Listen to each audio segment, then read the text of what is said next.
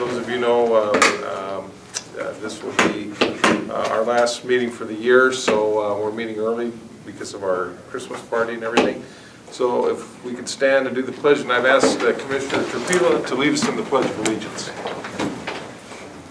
I pledge allegiance to the flag of the United States of America and to the republic for which it stands, one nation, under God, indivisible, with liberty and justice for all. Thank you. Well, we'll get right into it. This is, I think, probably the shortest agenda I can ever recall for a board meeting, so it's going to go fairly quickly today. We'll go right to the consent agenda. The consent agenda is made up of routine day-to-day items that may require board action but do not appear to have significant public impact. Items may be pulled from the consent agenda for separate discussion vote by any board member. And because we're meeting so early this month, all we have for approval is the board meeting minutes from November. Is there a motion for approval? So moved. Second? I'll second. Discussion? All in favor? Aye. Right. Passes. And we'll go directly to Director Faulkner and his report. Pass these around. We do have a number of things we wanted to cover with you on the director's report. You may have noticed in the meeting minutes, or I mean in the weekly report last week, we had our engineer in town along with the FAA to discuss next year's planned project, which is runway 1634. The 25% design review was last week, and so we got our first look at the survey results and some of the other preliminary design on the runway. A couple of things that popped up that were unexpected. There's basically three things. The first is that runway is constructed as a shed. It's constructed to shed water onto one side. Most runways have been constructed probably in the last 20 years have been constructed on a crown, so that it sheds water on both sides. The FAA's design guidance doesn't necessarily say that it has to be constructed as a crown, but all of the exhibits show a crown. That's something we'll have to get reviewed by FAA to ensure that we can keep the current shed section. Fixing that, as you can imagine, would get pretty complex because we'd have a heavy mill, and then you'd have to reconstruct the one side pretty much from scratch. We're hoping that we can keep that shed section. The second surprise, which is a pretty costly one and one that affected 321 many years ago, there's a line of sight issue. The FAA requires that you're able to see a 5-foot object from the middle of the runway on either runway end. And unfortunately, we can't on the one side. So there are a couple ways to fix that. We can either reconstruct the runway to make it flatter, which would more or less involve shaving a section out of the middle and reconstructing the ends up. That would cost quite a bit of money, I think $3.5 million. And it would result in about 3,000 feet of reconstructed runway on a runway that's only 6,000 feet long. That's a pretty prohibitive approach. The approach we like and what we've asked the FAA to consider is building a full-length taxiway along runway 1634. We would build it on the FedEx side, or the, I guess that would be south side, or no, I'm sorry, north side of the runway. And that would also meet the FAA's design criteria, but of course that costs money too, about $2.5 million. And then the third surprise was that the ground on the shed side of the runway is actually a little higher than we expected, and so it actually gets into some of the critical surfaces in there. It's supposed to grade away, and it doesn't grade away. It's actually on the high side, I guess, of the runway. It doesn't grade away, so the water just kind of sits there. We could grade that away. That would be pretty expensive also, or the other approach would be just simply to kind of just trench a little bit of a ditch in there. Water isn't flowing that direction anyway.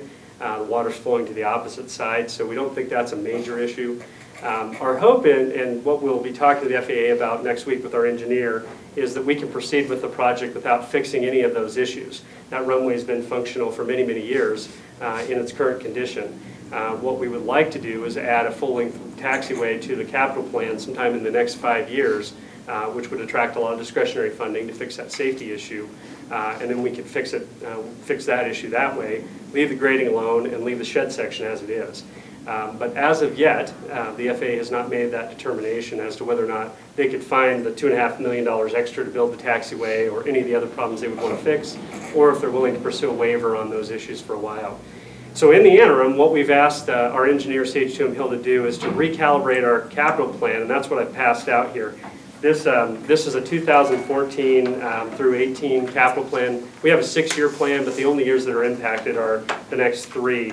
And what we've got in here now is we've moved the roadway project out of 15 up to 14 to take advantage of our entitlement funding, and then allow the FAA an extra year to garner the funds they need to fix some of these issues on the runway. So basically what you have here is just a switch between the 14 and 15 projects, and then everything kind of moves down. You can see in 16 we've got taxiway B and C.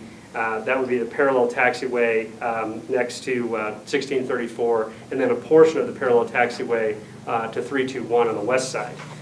So we've recalibrated this whole thing. If the FAA comes back at the beginning of January, or the next week or two, and tells us that they can't find the money to fix the issues with 1634, we will immediately revert to this plan and ask our engineer to begin design on the roadway program so that we have a project for next summer.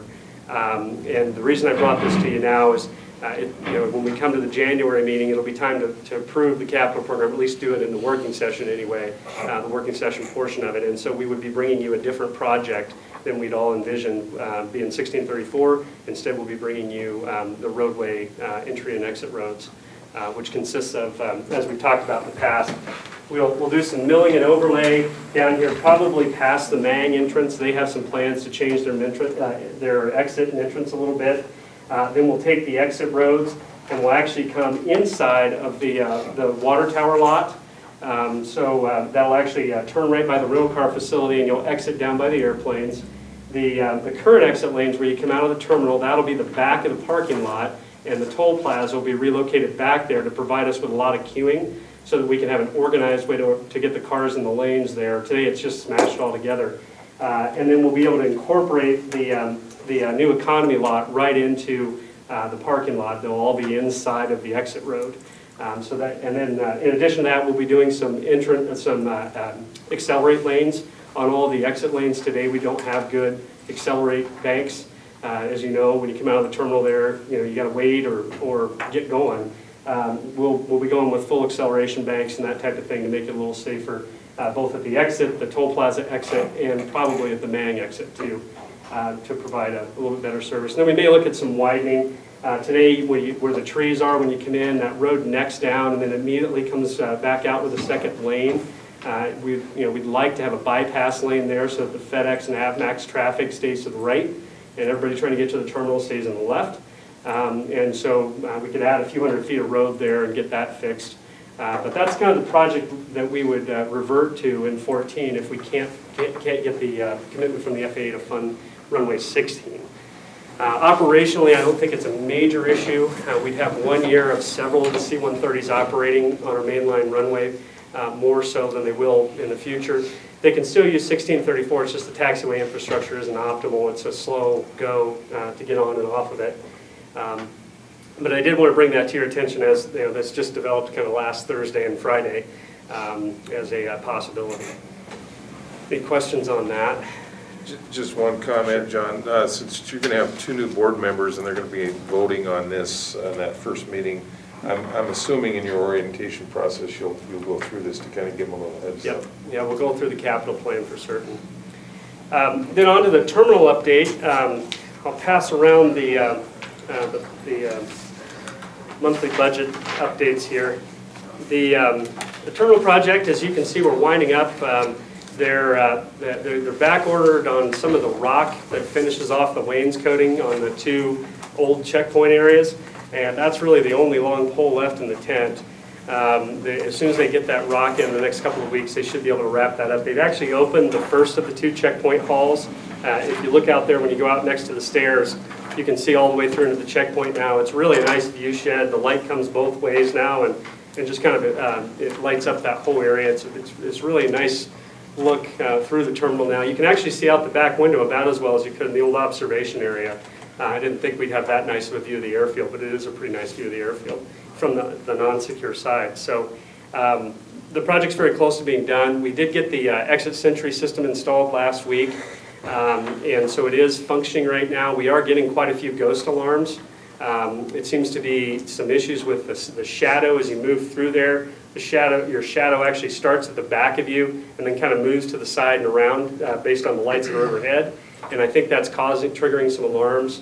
It takes several months in my experience to get these systems completely working correctly. It's a fairly technical process that they go through to analyze that area and the people going through it. So as they get that dialed in, hopefully our false alarms will stop. We're also getting a little bit of light that's coming over the top of the checkpoint and getting down in there from that big skylight, and we think that's causing some issues too. So we may have to do some strategic placement of some art or something to try and block some of that. But we'll get it worked out, and we think that system should be operational here in the next month. And it is working now. It's just getting a lot of false alarms, which we're having to deal with. But and then we've got our last little bit of furniture that's starting to show up. It'll probably show up over the next 6 weeks. We got 6 weeks. We got some more of the terminal seats in this week. We've got some benches and some stools that will come in the next few weeks, and we'll be kind of completing some of that element back in there. We've got some more signage to do, a few other odds and ends, but not necessarily contractor stuff. Once they get the checkpoint done in the next couple of weeks, they're largely done. We do have probably one more change order coming. The drains in the new part of the restaurant froze, and so we've had to add some heating elements and some insulation under there, and to get that moving again. And we're still working on that. But other than that, the project looks terrific. It's functioning very well. Food sales are up 73% in November, so we're really happy with that. Year over year? Yeah, year over year. And then we increased the revenue percentage, you may remember, last spring. And so we think the airport portion of the revenue is actually going to double. We think we should hit that mark, and that's what we've actually budgeted for. So we're pretty excited about seeing that come together. So the traffic was practically flat. We had a 1% increase in November, so that's pretty much just new sales, that 73%. So real exciting there. The auditor selection's out on the street. We've got it advertised right now. We've had a few people call. We're sending out some information to them, and we'll be getting proposals in right after the first of the year. Staff will vet those, see how many qualified candidates we have, and then we have a panel of board members that have volunteered to sit in on some interviews. Those interviews will probably be towards the tail end of January, maybe the first part of February. So we'll be back in contact with you about the timing of those interviews. With the storm of the last week, we've been doing snow removal now for over a week, and we have had some damage. If you saw the weekly report, we broke an axle on our 1985 plow truck, and it actually had to be towed back to the shop. We're evaluating, as you see in the packet here, we're evaluating replacing that with a one-time pickup. Our road, once you get past the terminal, gets pretty windy. It's subtle, but there are a couple spots back in there where that plow truck just has a hard time keeping in one lane. We'd like to get down to something a little smaller, a little more maneuverable for those roadways. And then, of course, we always have bigger plows. If it's a heavy, deep snow, we can get out there with bigger equipment to move it around. But we do think it makes sense to convert to something a little smaller. We also broke several times the broom that goes on the front of our tractor. We use that out in front to move the snow around the sidewalks. It's a rotating broom, and we've decided we're going to move to a plow and spreader system. Just think it's going to be mechanically much more reliable. That broom has been an issue for 4 or 5 years now, just in terms of reliability. So we'll do that out of the operating budget. But these storms, when we're out there operating for days on end, we do have we do get some damage from those. And that's all I've got on the director's report. Oh, let me go over these real quick. Change orders for the month. The snow removal equipment building. We did last month determine we were going to go ahead and extend the water line down to the general aviation area. That was the only increase, $31,000, and we've executed that change order.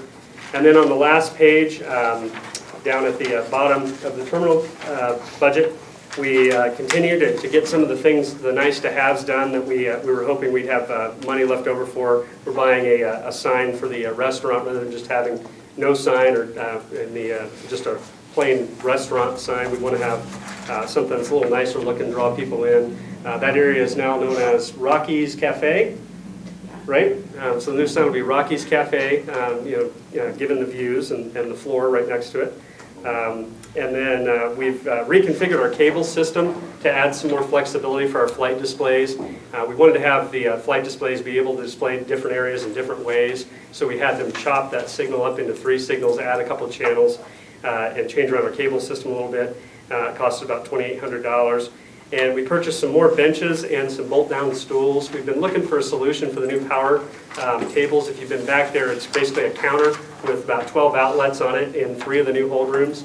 And what we decided on was a bolt-down stool. So we actually ordered them from the Iowa prison system, and they make them over there. We got a good deal, but it was surprising how hard it is to find bolt-down stools that are all metal, but we did find them, and so they're on their way. And then we ordered some benches too. We'll have some benches along the wainscoted wall on both sides of the terminal checkpoint. So we'll have some inside and some outside. We were hoping we'd have a little bit of extra money. We did find some bench systems that work pretty well, and we'll put them there so that people can sit and look down those hallways for whoever they're waiting on either side. So we got those ordered.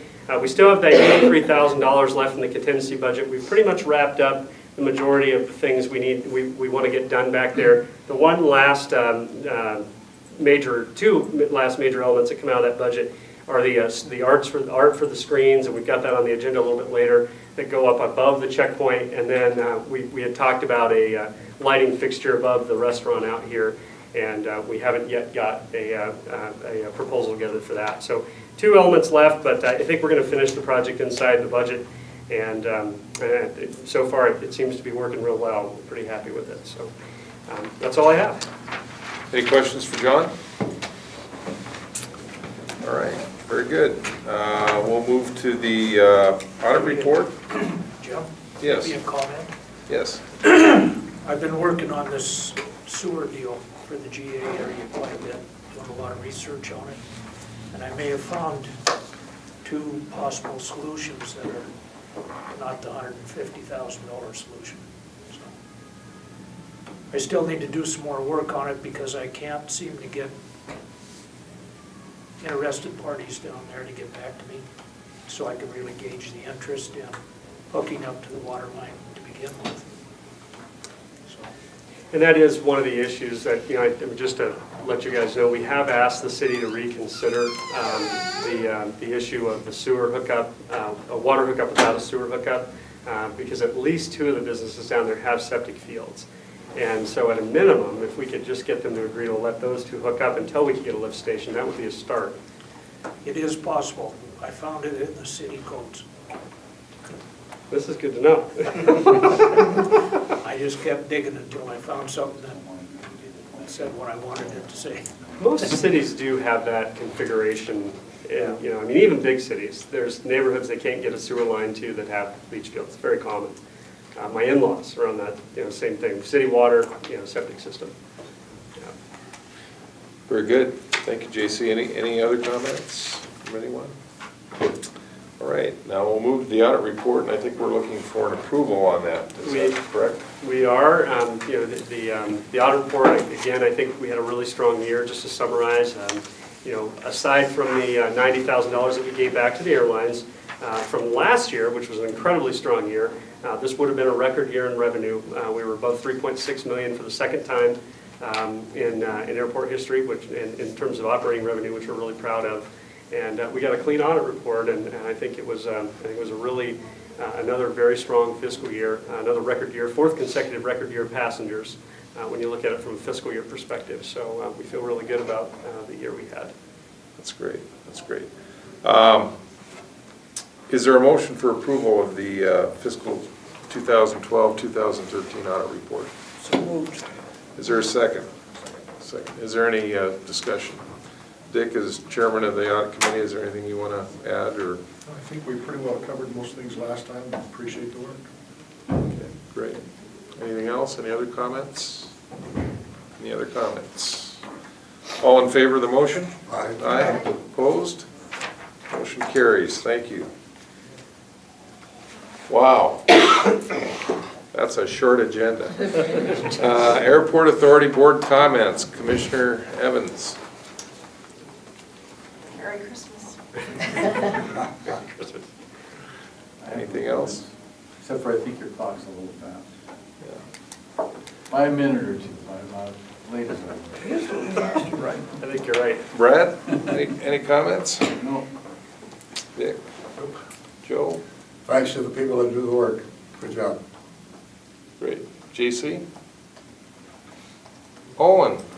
Well, I guess my only comment is since, I guess we arrived for the January meeting, but this is my last meeting here as an official commissioner. I want you to know how much I enjoyed it.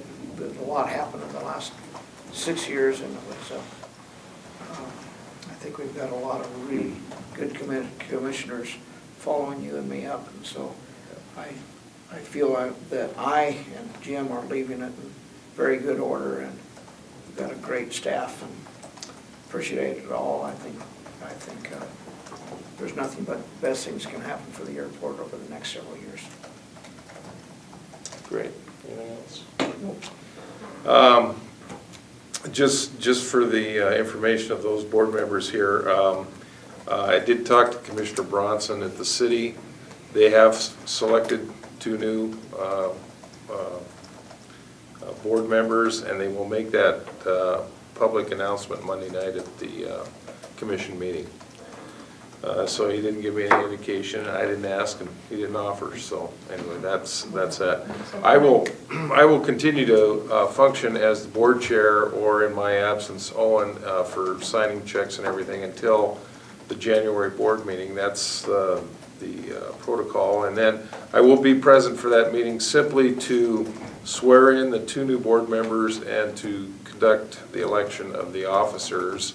Once the chair is elected, then I'm done.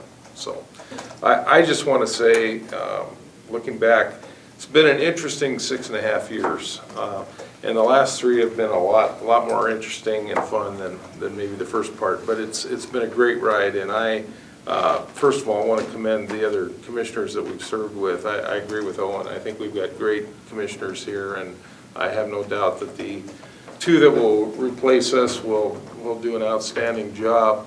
I can't say enough about the staff, and certainly I think the staff has done an incredible job for this airport. And John, this airport and this community, we're very grateful that you're the director. I think you have a powerful impact on the community and certainly the airport, and we're just very grateful that you're here.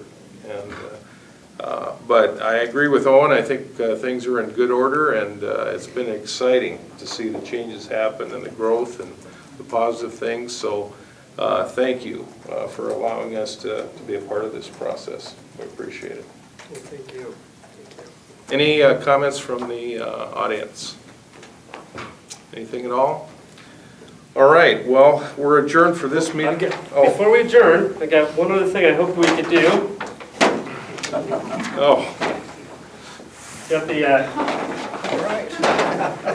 in gratitude for your service. Okay, Rod, could you snap a picture of this? We gotta memorialize our gratitude for your service over the last, since 2008 and since 2007. Wanted to present you with a little memento of our airport. The ceremonial presenting of the taxiway light. Are those the ones you hit with the snowplow? Yeah. We just wait for the first snowstorm, we harvest them, you know. It's kind of a farming, you know. so what you're saying is I better not put this on the roof of my house, or I could have a plane trying to. That's right, yeah, that's right. But as you can see, they've got these are not UL listed, even though the court says they are. Thanks, John. Yeah, our pleasure, thank you so much. Yeah. When we go into the woods, then you just have to look for a current bush to plug them into. Oh, and why did I know you were going to say that? All right, well, let's just move right into the work session, if we could. You didn't officially. Oh, I'm sorry, we're closed. We're Okay. officially adjourned. Now we're into the work session. I thought we got there, but I guess we didn't. Let's see here. Let's see how bright they are. They're Yeah, I over want the to wall. see those. You want to see it plugged in? Yeah. Yeah, we got it plugged right here. Right there. Yeah, they better work, otherwise they can turn it back in for one of the. All right.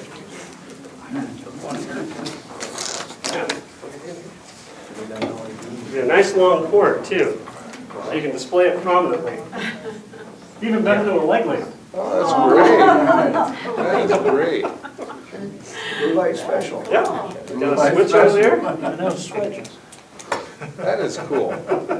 Very, very nice. Really nice. Very nice, thank you.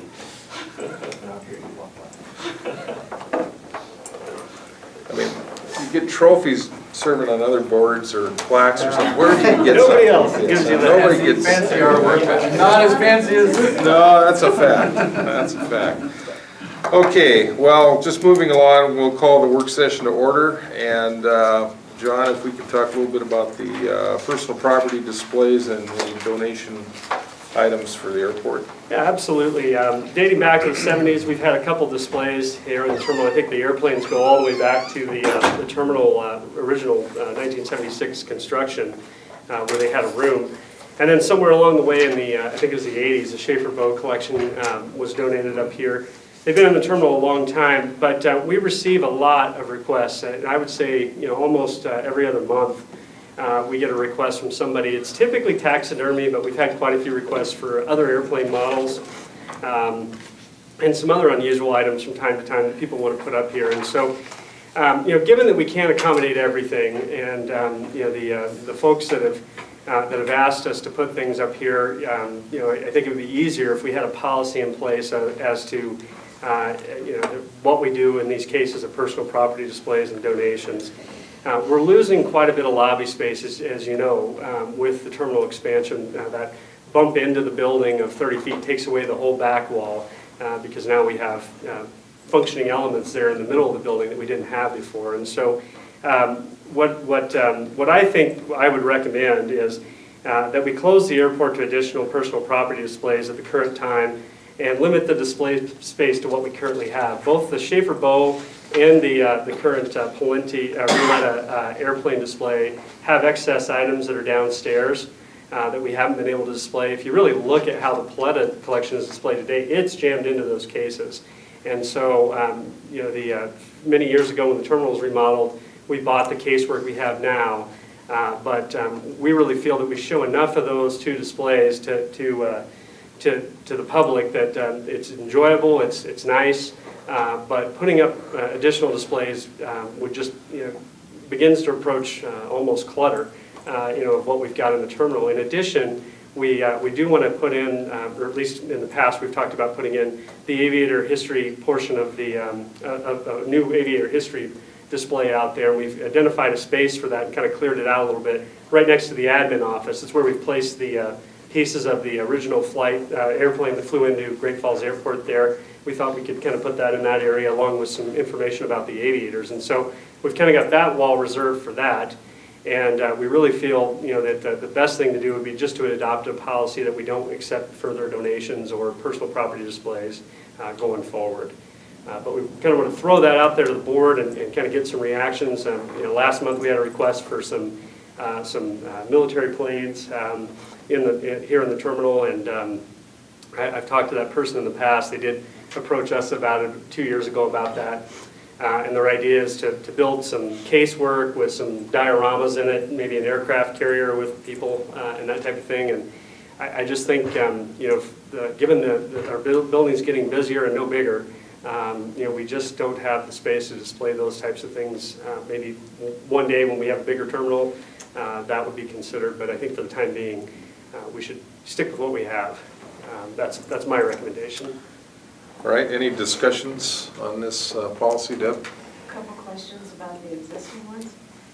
Are they insured, either of those? It's a good question that we should probably discuss with our insurance agent. We have insurance for effects in the building and furniture and all those types of things.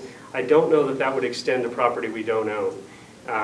And so I would be a little skeptical that You know, and some of those die-cast models, I've been told by the family, you know, are worth thousands apiece.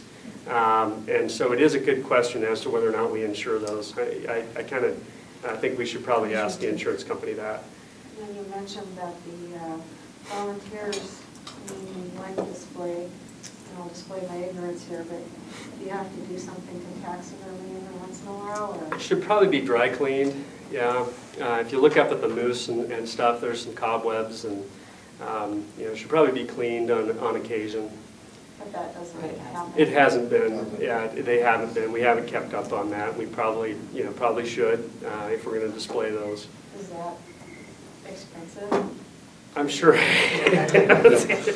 Yeah, I'm sure it's going to be, yeah, it'll be a little bit of money to get that done, I'm sure. But, you know, it is an impressive display, and it's very popular with the passengers. I mean, I don't think a day goes by I don't see somebody taking pictures of it. So Standing next to the grizzly? I've probably taken 1,000 pictures of that grizzly myself. Sure rather see that in the case than in the Yeah. wild. Than in your backyard. Well, Any other discussions? how about the other stuff that's not on display? That, we've got it stored down in the basement. But how long has it been stored down there and we have no space available? Yeah, It you got know, moved down when we started the project. some of it. You're talking about the military Yeah, ones. the military planes. So the Paletto collection, how long has the extra stuff been down there? That's been probably 8 or 9 years, hasn't it? Yeah. And you know, I've met with that family. Unfortunately, Barry has passed away, and I don't think they have any space to store that stuff. And so, you know, we do store the extra stuff. I had suggested to them, it is, you know, a world-class collection. I had suggested to them maybe the Seattle Museum of Flight might be interested in at least the Boeing products. Because it is a very impressive display, and it would be great to see it in its totality and displayed, you know, like a museum could display it. But they really want to keep it here in Great Falls, and the History Museum hasn't shown any interest, and you know, even the guys out at, I guess some of it is out at Malmstrom, some of the military stuff, but they don't have any additional room either. So it's probably been down there 8 or 9 years since the terminal remodel. And then the military models went down there about 2 years ago. We tried to contact the owner and couldn't get any response for quite some time. We would like to return those because they just kind of showed up in the terminal one night, literally, with I think the help of one of our security guards at the time. And you know, we were a little surprised. But it's either that or we have every kid gets a free plane day or something. Is there room inside security for some of this? You know, I would say no, and mainly just because you know, we're trying to put in there, you know, some extra seating and that type of things, because what we're seeing now, we had flights all delayed on Sunday. And now that we have everybody in all that interesting stuff in the middle of the terminal, it was literally elbow to elbow in the middle of that terminal. And you know, people were saying there were 300 or 400 people standing there that couldn't find seats because, you know, it was so popular to be in the middle of the building instead of in the hold rooms. The hold rooms are all leased. You know, that's all airline space. So they kind of control that. And then down the concourses, we've got those heaters right up against the walls on both sides. So there's really not a great place. We bought a bunch of benches to put along the walls inside the secure area to try and get, you know, some more seating in that middle section.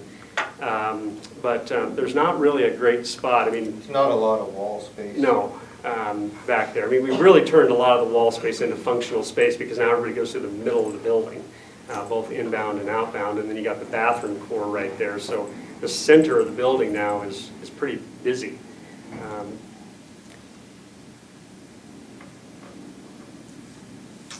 As far as a policy, we're talking about developing a policy, right? And as far insurance-wise, it'd be nice if we have something that said they need to sign something saying they accept responsibility or Waiver or whatever. something. That's a good idea. But I don't know that I'd want to, just thinking about it, take it out of your hands. If we put a policy that says it's closed off, then we got to come back to the board if something really neat comes by that you would like to have in here. I'd say the policy would say, it's up to you unless Board says different. Yeah, I think one of the reasons I thought we'd propose it this way is, we've had a number of them that have come to us, and then, some of them are starting to leak into the board now and consume some time there, and, and we get so many that I just thought it'd be easier to say, listen, we're not in the display business right now. We have what we have, and that's kind of all we can display. But yeah, and certainly it's the board's discretion if you want to take it up or not. So the question would be, does the board want to move this to the agenda for next month for action? Do you want to table this? What's the pleasure of the board here? So far, we have nothing, right, as far as the policy on it? I don't think we'd need a policy. It's particularly with insurance concerns. Is this essentially going to be what you would vote on? Well, Is yeah, there so something- my recommendation, as I said below, would be just to close it to additional personal property donations or displays, for the time being. And, that's my recommendation. I mean, certainly we could draft, insurance seems to be one thing we need to address in a policy. That type of thing probably needs, and certainly we could say in the policy that, the board delegates that to the director, which might, prevent some of the folks from coming on into the board meetings, and kind of duplicating this process all over again. That sounds good to I'm me. sorry, Dick, did you say you think there should be a policy? Yeah, there should be a Oh, policy yeah. just to address the insurance stuff and to say that it's, delegate that responsibility, that's a good way to say it to you, so we don't have to, if you see something you like, we don't have to come and have another, address the board again, just to put something in here that you think is good. Well, I don't know, it kind of looks like an easy way to remove the responsibility for saying no. There's our policy. I don't have to make the decision, it's already made. The policy But can be an administrative or board policy, right? I mean, you can have an administrative policy that says, we don't do it. Thing that bothers me about it is there may be something come along that you Sure. really, really want, and then you're. Yeah, that's, I agree with Well, a that. couple months ago, we could have had a zebra, full stuff. Get us a live one, John, and then we'll know Yeah, that. use it to eat the airfield grass. There we go. Of course, that doesn't mean you can't amend the policy, Right. right? Right. From personal experience, I think it's easier just to have a policy that says black and white, and at some point later on, if you wish to reconsider it for whatever reason, that takes, I mean, it's pretty clear, and it doesn't leave it up to John's taste or staff's taste, I guess. I mean, because I can envision some pretty unusual things that could be requested and that would be uncomfortable, so. And that's kind of what we're looking to do. It's not as in so much that, we mind talking, we just don't, given that we can't take everything, we don't want to offend people that, that feel like it's a public building and you ought to be able to put displays up of, whatever it is they would like to display. Because, we do get some odd ones, that come through. Well, it would have stopped the kites from being here. Well, but a temporary display, that's different than a donation of display, I think. But I see what you're saying. I mean, we'd have to be careful how we frame that. And it was pretty neat that the kites were here. That was a very That was nice, very, very very nice good. program. I think we need some opening there for those. Do you want to have it voted on next time, or do you want to spend a little time redrafting this and bring it back Yeah, to the we next can work redraft it session? and bring it back to the work session next month, sure. I think that's kind of what it sounds like, maybe Okay. would be good, and that'll also give the new commissioners an opportunity to weigh in on it. All right, All right, let's do that. do it. John, you think you know the insurance answer? by the Yeah, way? we'll call the insurance company and make sure we know, exactly, what our insurance policy says about that. Just the current families or whatever, you want to make sure that's really clear with them. We've talked to them, because my concern is those cases obviously are, they're not bulletproof. And, if somebody wanted one of those, I don't know what would prevent them from getting it if they were quiet enough. And so, we've told them if there are things of, you may just want to rotate in the cheapos and keep some of the better stuff at home, where you can keep control of it. But, they really want to get it, out for the public to see, so, which I can understand. Okay, anything else? All right, we'll move to the next item, which is the capital purchase front drive snow removal equipment. Yeah, we, as I said, this month, our 85 plow truck broke an axle a couple weeks ago during the front end of the storm.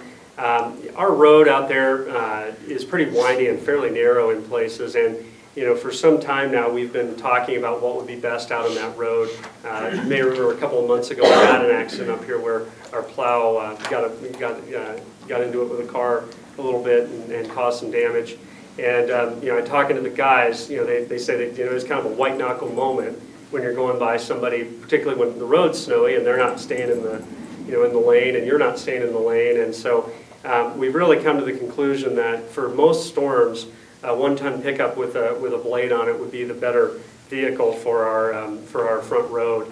And we put a spreader box on that so we could put some sand down to increase the traction. But we just think it's a better means of dealing with the storm out there. And then, of course, we can always bring out, we'll probably get rid of the 85 plow just because it would be surplus. But we do have another truck with a spreader on it that we bought last year, the spreader box we bought last year, that we can bring out there for heavier storms. In fact, it's out there today. And so we have access, because we're a quasi-municipal organization, we have access to the state's fleet purchasing list. They have a whole group of specifications that are bid on every year, one of which is a 1-ton pickup. So we're able to buy the 1-ton off of that list for $30,000, the fleet price. We can go out and get a plow for it for $6,000, and then we're looking at a spreader box for $3,000. So we'd spend about $39,000 to replace that plow truck with a 1-ton pickup, spreader, and plow. The 85, we'll look for the best salvage opportunity we can. But right now it's about $6,000, maybe $8,000 to fix that axle, and we think that money would be better spent towards a new pickup for the front moving forward. So we'd like to consider in January the purchase of $39,000 truck, spreader, and blade. Any discussion? You can get a 1-ton, new 1-ton for $30,000? Yeah, the state list is really pretty good list. No tax. We bought a Our Dodge Ram. security pickup we bought that way, a little over a year ago, and it saves quite a bit of money. And what did we pay for that? You remember it was 24 or something, 26? 24 or 26 for the 4-wheel drive with the Hemi in it, which was a pretty good deal. And then there's different classes. I mean, you can get from rubber floors to leather seats if you want. Our pickup we got, just got the basic rubber floor and cloth seats and no fancy wheels or anything. So. We do typically put a light bar on it and some decals just so that we can you can identify it. But yeah, it's a pretty, by far I think the cheapest way we can acquire vehicles if they have one that matches our needs. In this case they do. They have several 1-tons spec'd on there. And then in the summertime, we'd use the 1-ton to pull our flatbed trailer, our new paint machine, and some of our mowing equipment, that type of thing. Gives us a good vehicle for doing that type of work. Anything else? All right, well, without objection, then we'll move it to the January agenda for board action. Last item on the work session is the terminal artboards. I am certain this is going to be the most popular. Referring to the drawing that's in your packet, with the architect, when we started putting this design together, we talked about what to do with the sort of recessed wall, that pre-existing wall in the back of the building, and how we make that space make sense with the building protruding into the lobby. And what they came up with are these 8 artboards that hang off of the ceiling. And the boards themselves and the backers and all the mounting equipment and everything is already here.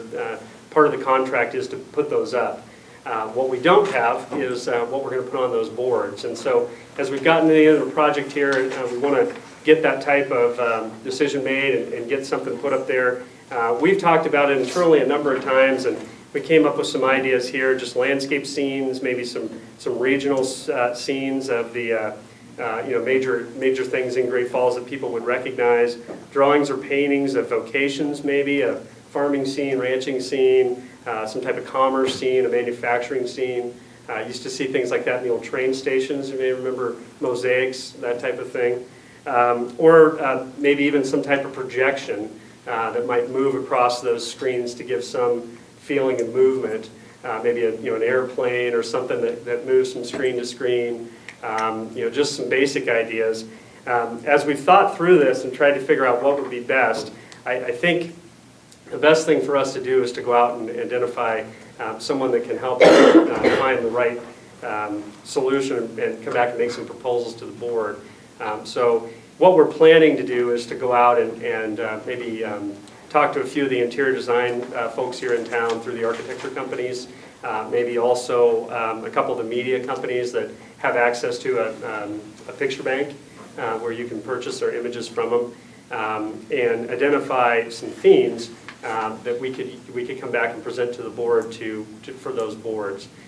We think it's probably going to be in the neighborhood of maybe $30,000 to acquire that art and get it printed in that size and that type of thing.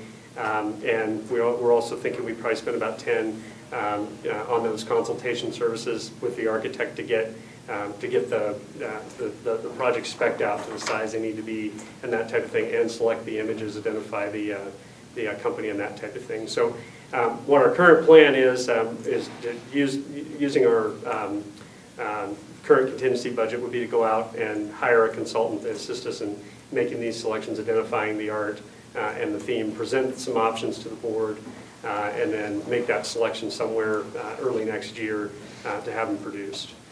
But we did want to bring it to the board before we did that, just to see if anyone has any ideas, or if they prefer we go through a different process, or if there's any themes that jump out to everybody and everybody says that's the one we want, then we could just issue an RFP and select specific elements that we wanted. But we wanted to kind of throw that out to the board in working session and see if there's any guidance you want to give us. Discussion? I know a guy that has taken aerial photographs all over the North American continent. And I think he's got them pretty well classified, and he can come down into central Montana. And mostly his photographs are just astounding.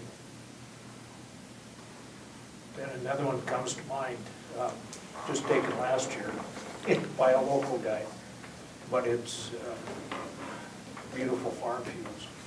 See, that's the difficulty. There's a lot of sources for that sort of stuff. Yeah, that is the difficulty. And we could certainly throw out just an RFP for people that have images, and we could even say, we'll pay up to X, but then we're going to get so many responses, Yeah. It's going to be hard to filter through them. Well, that's how this guy made his living. And he actually has several coffee table books out. There's certainly a lot of neat things, I think, and when you think of the people coming home and then the visitors, we definitely want to say something about our community with these boards. We don't just want to put, I think, anything up there. And that's, I think, what would be helpful with the consultant is maybe, come up with, what are we saying about our community, and how do we demonstrate that first, and then select the images. But like I said, we've struggled with this for, gosh, I bet it's been a year we've been talking about it, and it's time to make a decision, but we haven't really found something that jumps out at us that that's what we should do. I don't have an answer for what you're trying to do, but the one thing that strikes me is that we've done a beautiful job translating the theme of North Central Montana and the community with the expansion of the airport, and it'd just be my comment at least that anything that we do art-wise ought to just be an extension of that. Yeah, thus the interior design firm, or maybe an ad firm that could help us do that. So looking at the architect's conceptual drawing, is that correct? are those displays, are they visible from the inside and outside, or just the outside? Just the outside. And are they going to be, I mean, the way they've got them kind of drawn, almost look like they're sails or flags or something. I mean, that's. They'll be flat. They'll be flat. They'll be flat. Yeah, they show a little bit of movement to them there, but yeah, they're, About 8 feet by 10, or 8 feet by 12 feet. Each one of them? Yeah. yeah, Wow. and they're uplit. If you go out there, the uplights are actually already on. You know, so it's a great spot for, you know, for a nice element. And it takes, you know, I don't know if it's bugged anyone else, but one of the things I always noticed about that back wall with that paneling, you know, is it just kind of plain. And so it gives us a chance to break up that paneling and accentuate it a little bit. It'll look nice as a backdrop, but it won't be the dominant element when you come up the escalator anymore. These boards will be the dominant element. How many boards? 10. 8. 10. Is it Shows 10? 10 on here. Oh, you're right. I Yeah. thought it was 8. God, I didn't think they were that big. 8 by 12, huh? Wow. That's really big. So John, who do you do the marketing campaigns with? It seems like you want to tie it in with your branding. Yeah, I thought about that. We use Wind downtown. And so, you know, I thought maybe what we would do is call like a Wind to maybe, like I said, a couple of maybe CTA to see who their interior decorator is. And we're working with Lou Page Warner on this project, so if they have somebody they use, you know, we might call 3 or 4 of them and just say, here's what we want to do. You know, we want to have a contract with someone. You know, why don't you just give us a, you know, a letter proposal, 1 or 2 page, and tell us what you think and how we would go about this, suggest a process, and probably might even interview a couple of them and pick from that.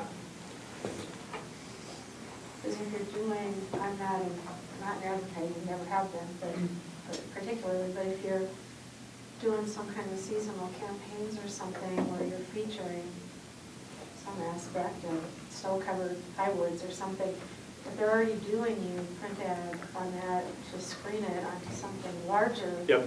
Would be much more economical than. And we do own a few images, actually. We've bought a few for our marketing brochures, and so certainly that'll be one place we'll start is we own these images, you know, could we reuse them for these boards? And I think that is a good place to start. They're mostly outdoor images of, you know, beautiful mountains, and I think we have one in the Missouri that's a really nice shot somewhere down in the canyon here, you know, that we bought, and we have a few that we can start with. And I frankly think that's a great place to start. I like the idea of some scenic photographs of landscapes from around here. I think that would be, you know, one thing we definitely want to start with. Is there an action item built into this? Not yet, no. Not per se. So This this would is probably mainly generate just an action item many months down the Kind line. of bouncing this off right now, and this isn't really something you want to advance yet to the... No, we would probably come back, I'm guessing February, because we'll probably select, you know, somebody to work with, get some initial themes from them, bring those to the board, and maybe even in another working session. And then if, you know, or if they have a specific set of proposals, we might come with 5 or 6 options with pricing and everything, and go right to a voting session and say, you know, we'd like to pick one of these 5. But that's kind of the direction we're heading. In the meantime, we'll have them hang those boards up as they finish out the project. You know, and so there might even be an opportunity in here for, you know, maybe we tie it into our advertising campaign and have a Facebook vote, you know, where we have 4 or 5 of them we put out on our website and let people give us some feedback from the public. You know, that might be a great way of, you know, getting some feedback from folks. You know, and bring that to the board too, so they can make a decision. Okay. Any other comments by the board? Any at all? All right. Well, Brad? 2 new members selected by the city know that they're they get to pick artwork. They're the art committee. Should we maybe send them out a memo to the Send commission them out a on memo Monday and night? see if they want to reconsider. Yeah. No, we need All right. Any other items that need to be considered for the agenda for next month? Let's move to Airport Authority Board comments. Commissioner Evans. I have none. Commissioner Talcott. Thanks for the good work, guys, for 6 years. Oh, Tough Thanks, cookie. Brad. But you made it through. We Kind of did. a do-over. And it was worth it coming out to the far end of the It of the was. 6 years. Yeah, Thank you very much. thank you, Brad. Thanks, Brad. Can I echo that? I wasn't thinking. Thank you. Commissioner Swenson, Same thing, it's just, appreciate it. thank you. Commissioner Joe, Keep up the good work, staff, you make the board look good. that's true, That's very true. that's true. GC? Merry Christmas. Owen? None, thank you. All right. Just a couple items. This might be for the remaining board members for consideration. During the last 6 to 7 years, we did occasionally, I think we might have done it once or twice, do a review of the bylaws. And that hasn't been done for some period of time, and I don't know that it's something that we necessarily need to do, but there was a couple of committees that I think were appointed in there that I don't think have even functioned anymore. And it's just mainly a maintenance item. It's nothing major, but I think it might be something at some point you may want to consider putting on an agenda, or probably better yet, just appointing a subcommittee to take a look at it, and just more of a housekeeping item. And with that, I don't think I have anything else to offer. So again, thanks for allowing us to be a part of this great process up here. It's been great. Anything from the public? Anything at all? This is not quite the right place to do this, but since I have everybody's attention, I'm sure, like just a little liberty here, but Saturday morning, I don't know how much John has visited with you as airport board commissioners about how the airport functions Saturday with no electricity. But it was pretty amazing. But I want to talk about the three flights, the one that goes to Minneapolis, Salt Lake, and Denver. And they're all got a remarkable story behind them. But the Delta Airlines local station manager here strong-armed his the company to put the Salt Lake flight into our hangar because it was going to be too cold for it. And that dealing with Delta Airlines is difficult to convince people in Atlanta of such circumstances. 3:30 in the morning, the power goes out. I come up here to help with that. And guess where that flight is at? It's in a hangar with electric doors. So as the manager had that foresight, and you can just imagine having a whole flight canceled because of such circumstances. So we got busy and we disconnected the electrical motors and took 3 of us to push those doors open in that 30 below temperature, freezing ice and so forth. Pulled that airplane over to the gate. They started loading it. The Minneapolis flight, which is a much larger airplane, can't go in the hangar, is loaded, and Denver flight with United is loaded. They push back the Minneapolis flight, and the next thing we run into is the way when we perform the de-icing services, we have to get an official temperature. Well, that system's offline because there's a power outage. So we call the control tower, and the control tower guy says, well, I don't have an official gauge, so I can't tell you what it is.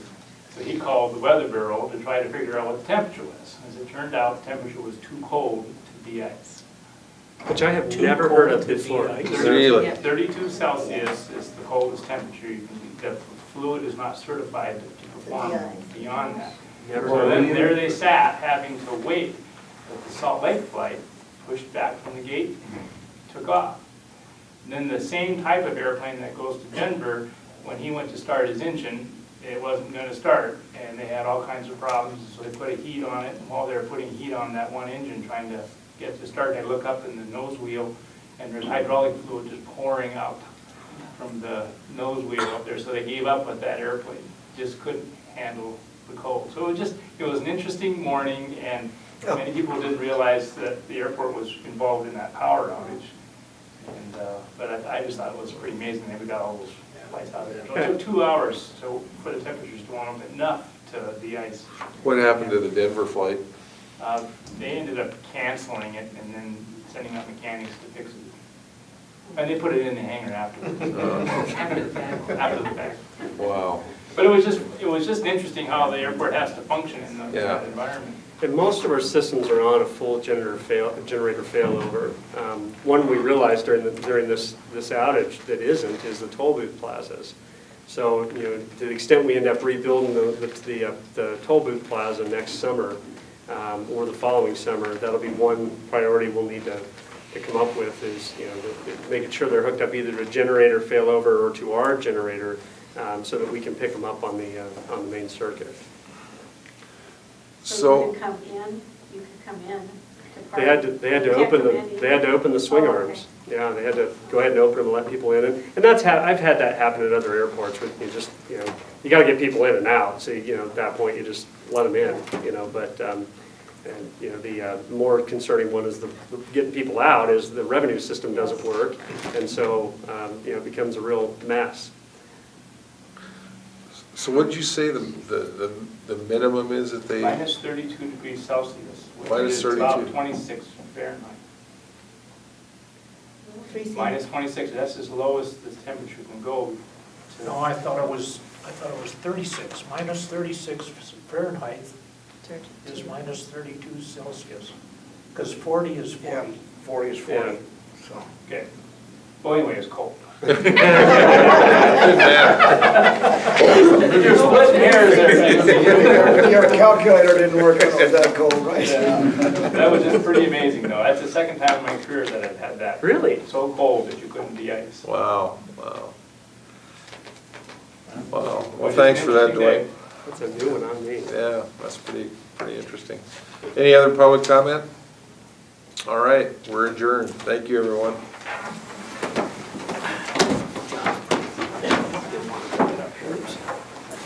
I never showed you those great images I have of.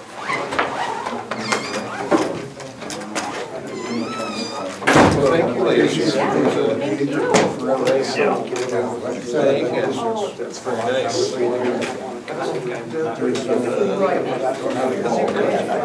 So we might I'll show you something. I wrote this one right some years ago. So, My loader's here.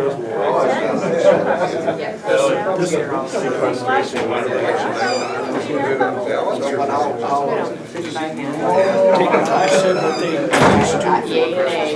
used to. Well, we call it that. Email you smaller copies. Throw them in the lot, so when they pick them up, nobody else. That's a great idea. Hey, how are you?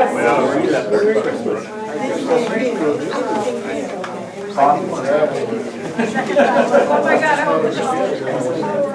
On the DOT, I have it. No, I need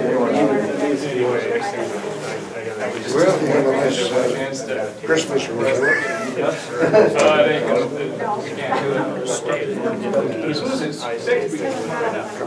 lucky.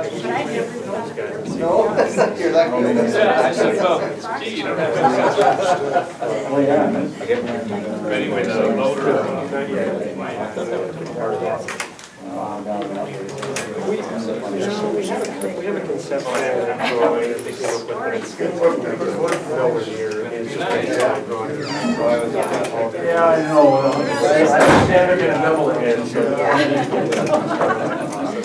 The nice thing is, because of the, So you're not gonna come back for the January meeting then? well, it's what it is. Thank you very much. Yeah, I know, it's just all of a sudden. I know. Actually, you can slide that out and take that too.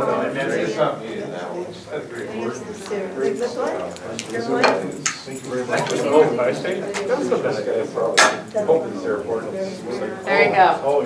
We'll keep Jim's around since he'll be here for the swearing in and that, but. Yeah, I'm not surprised. I kept telling Laura, I said, why don't we just decide